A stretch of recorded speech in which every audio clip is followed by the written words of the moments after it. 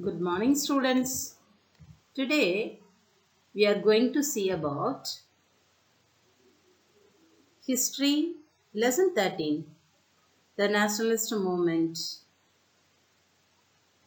from 1919 to 1947. This period, otherwise known as Gandhian era. In this lesson, we will discuss about the launch of Satyagraha movement by Gandhi, Rowlatt Act, Jallianwala Bagh Massacre, Khilafat movement, Chauri Chaura incident, Swaraj Party, Simon Commission, Civil Disobedience Movement, Demand for Pakistan, Quit India Movement, Cabinet Mission, Partition of India. In the year of 1919, very important in history because the new phase in India's struggle for freedom started. The same year, the Rowlatt Act was passed. Now, in 1919, our greatest leader, Mahatma Gandhi, started his career in the nationalist movement. Next 20 years, the nationalist movement led by our Gandhi. So, for this reason, this period freedom movement was known as Gandhian era.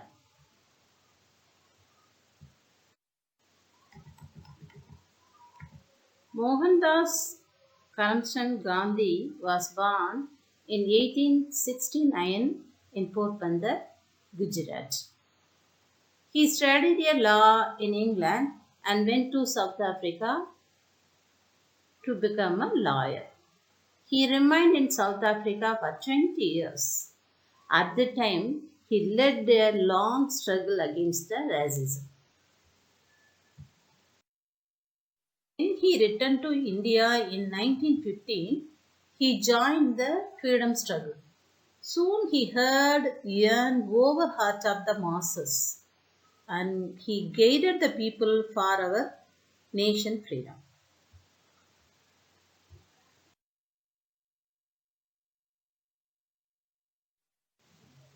The term Satyagraha used by Mahatma Gandhi ji, which means truth and non-violence.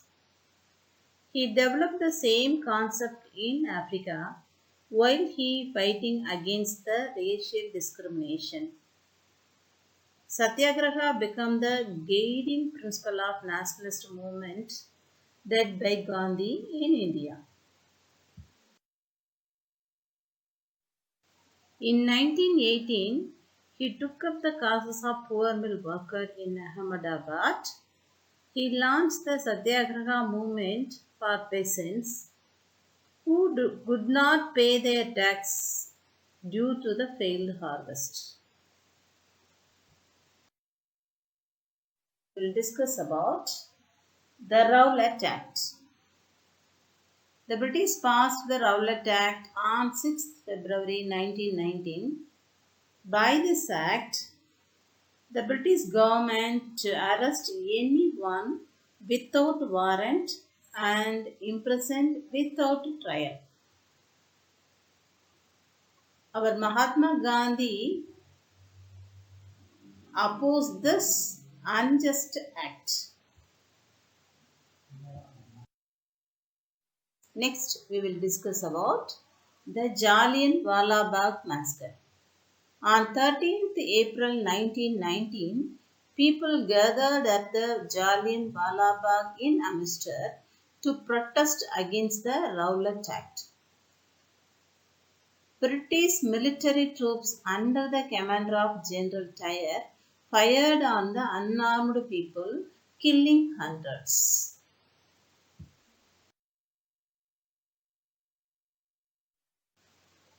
Following this massacre, martial law was declared in Punjab.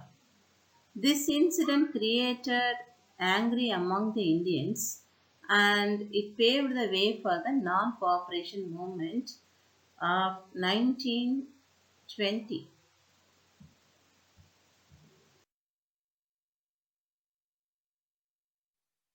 The Khilafat movement in 1919. The Muslims of India had their grievances against the British because the First World War ended with the defeat of Germany along with the Allies including Turkey. The Ottoman Empire under the Turkish Sultan was broken up and the territories were shared by Britain and also the France. The Muslims in India protested against the humiliation of the Turkey Caliph, who was also their religious head. The Ali brothers, Muhammad Ali and Saukat Ali and Maulana Abdul Kalam Azad, organized the mass movement of the Muslims known as Khilafat movement.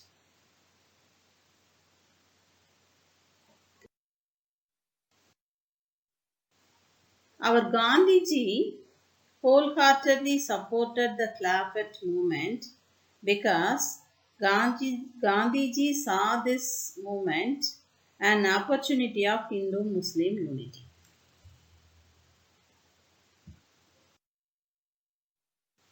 Next, we will discuss about non-cooperation movement in 1920. In December 1920, the Congress launched the non-cooperation movement with the aim of attaining Swaraj or self-government. It asked people to refuse to cooperate with the British government. People across the country gave up government jobs and titles, withdrew their children from government school and colleges, and boycotted the foreign goods also.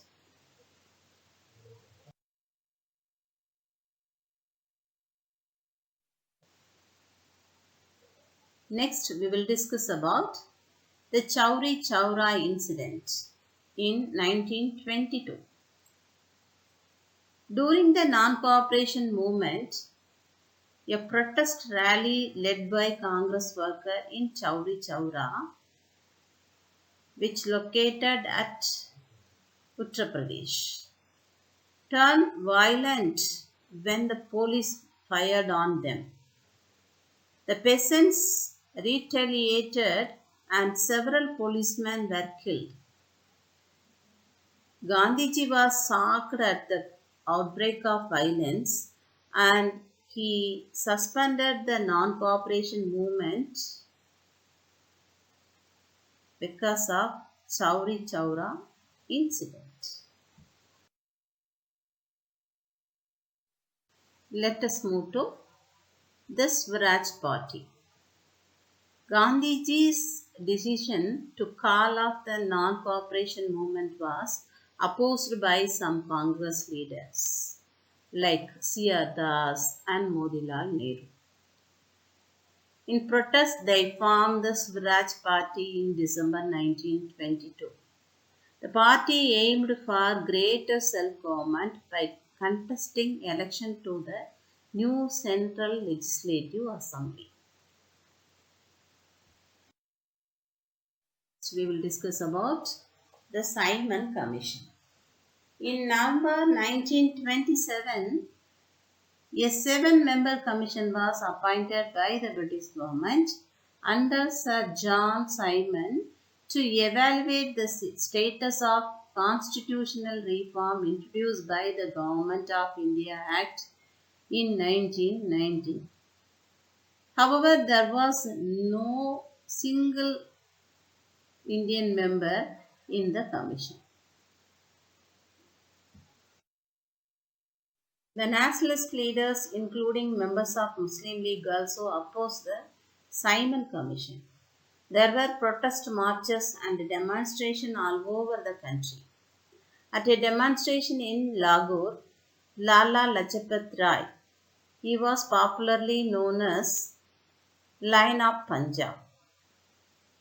He injured during a Lathi charge and died on 17th November 1928. Let us move on to Purna Swaraj in 1929. In December 1929, the Lahore session of the Congress, presided over by Jawaharlal Nehru, adopted their solution of Purna Swaraj or complete independence from British rule. On 31st December, the newly adopted tricolor flag was hoisted.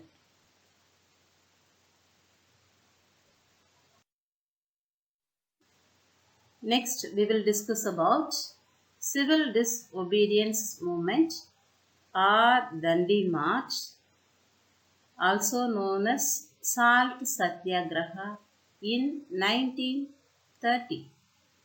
To realize its goal of complete independence from the British rule, the Congress under the leadership of Gandhi launched the civil disobedience movement in 1930. This movement began with the historic Dandi March.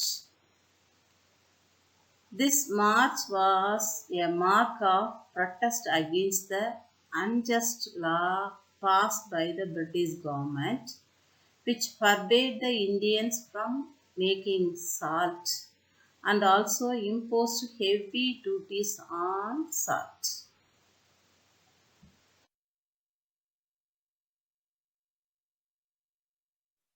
On 12th March 1930, Mahatma Gandhi and his followers walked from the Sabarmati Ashram to Dandi. On 6th April, he picked up a handful of salt from the coastline at Dandi and he broke the salt law also. Soon this movement spread over all part of our country. Women, peasants, and tribal people also participated in large numbers.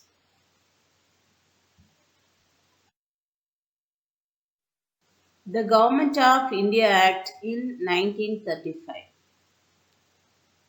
Despite repeat demands from Indian leaders, Britain refused to grant India Dominion status. When protests intensified, the British government passed the Government of India Act in 1935.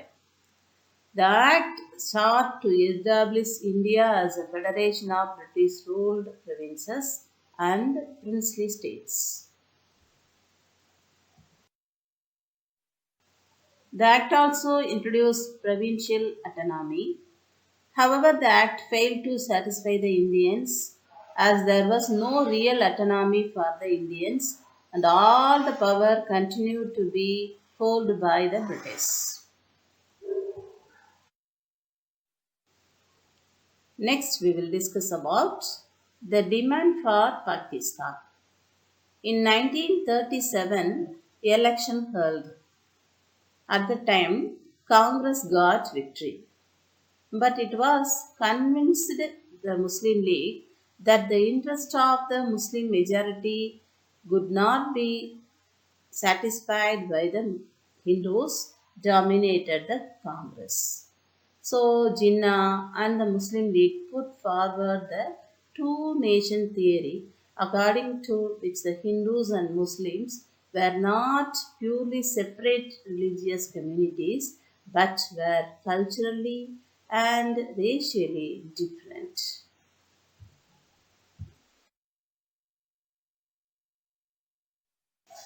In other words, they were two separate nations. In 1940, the Muslim League passed a resolution demanding the partition of India and the creation of an independent nation to be named Pakistan.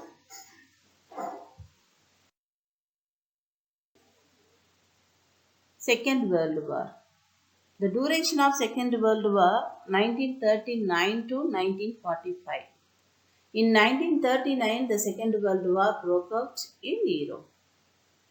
Britain actually needed India's help. In return for the supplying of soldiers, the Congress demanded complete independence for India.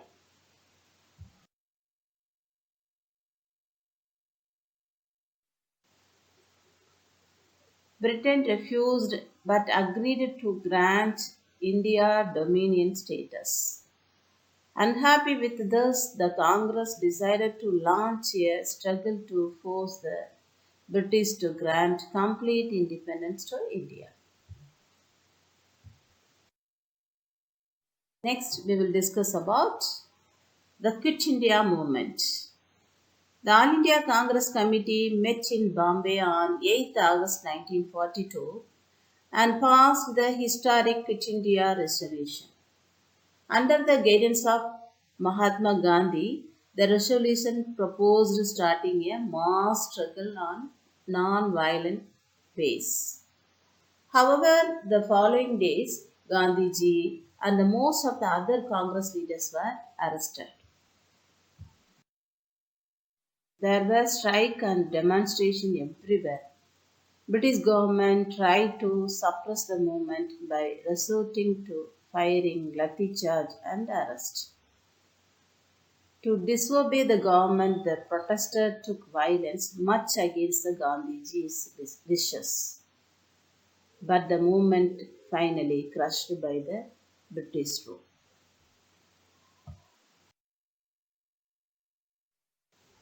Next, we will discuss about the cabinet mission.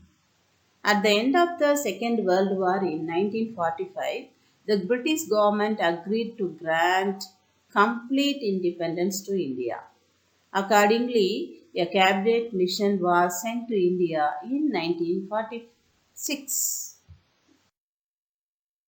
Cabinet mission recommended the formation of an interim government consisting of all the parties and the setting up of a constituent assembly to frame a new constitution for independent India. Dr. Rajendra Prasad was the elected chairman of the assembly and Dr. Ambedkar was the chairman of the drafting committee. Next, we will discuss about the partition of India in 1947. The Lord Mountbatten, he was the last viceroy in India. He arrived in India in March 1947. In June, he proposed the idea of dividing India into two independent states, namely India and also the Pakistan. The Congress leaders also accepted Mountbatten's proposal to avoid further riots and also the bloodshed. India gained independence in August 1947. In July 1947, the British passed the Indian Independence Act. The act formally ended British rule in India. Power was transferred to the two dominion states of India and also the Pakistan. The provinces of Bengal and the Punjab were to be divided on the basis of Muslims and non-Muslim majority areas. The princely states were freed to join either India or Pakistan or remain independent. Pakistan became independent on 14th August. India became independent on 15th August 1947.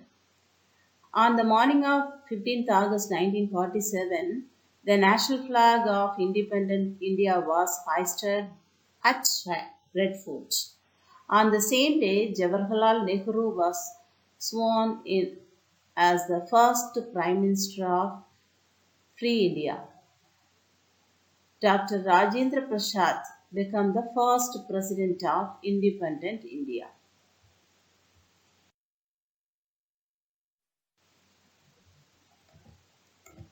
Okay, thank you, students.